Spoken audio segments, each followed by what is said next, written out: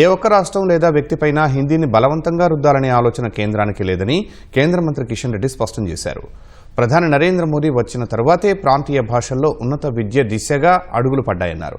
రాబోయే అసెంబ్లీ ఎన్నికల్లో లబ్ధి కోసమే తమిళనాడులో డీఎంకే సర్కార్ భాషపై రాద్ధాంతం చేస్తోందని విమర్శించారు. కాంగ్రెస్ హయాంలో కొఠారి కమిషన్ సైతం త్రిభాషా సిద్ధాంతాన్ని బలపరిచిందని కిషన్ రెడ్డి వివరించారు. 1986లో న్యూ ఎడ్యుకేషన్ పాలసీ ఆ రోజు కాంగ్రెస్ హయాంలో డిఎంకే మిత్ర పార్టీ అయినటువంటి ప్రభుత్వం ప్రవేశపెట్టినప్పుడు ఆ రోజు ఏమాత్రం డిఎంకే వ్యతిరేకించలేదు. ఈ రోజు 2020లో నరేంద్ర మోడీ గారు తీసుకొచ్చినటువంటి న్యూ ఎడ్యుకేషన్ పాలసీ విషయంలో ఒకసారి పోల్చి చూసినట్లయితే హిందీయేతర రాష్ట్రాలకు మరింతగా స్థానిక భాషలను ప్రోత్సహించేటువంటి విధానము ఈ రోజు ఈ యొక్క న్యూ ఎడ్యుకేషన్ పాలసీలో నరేంద్ర మోడీ గారు ప్రవేశపెట్టారు. ఉన్నత విద్య వరకు కూడా విధిగా మాతృభాషలోనే చదువుకోవాలని కూడా కేంద్ర ప్రభుత్వము తీసుకురావడం జరిగింది.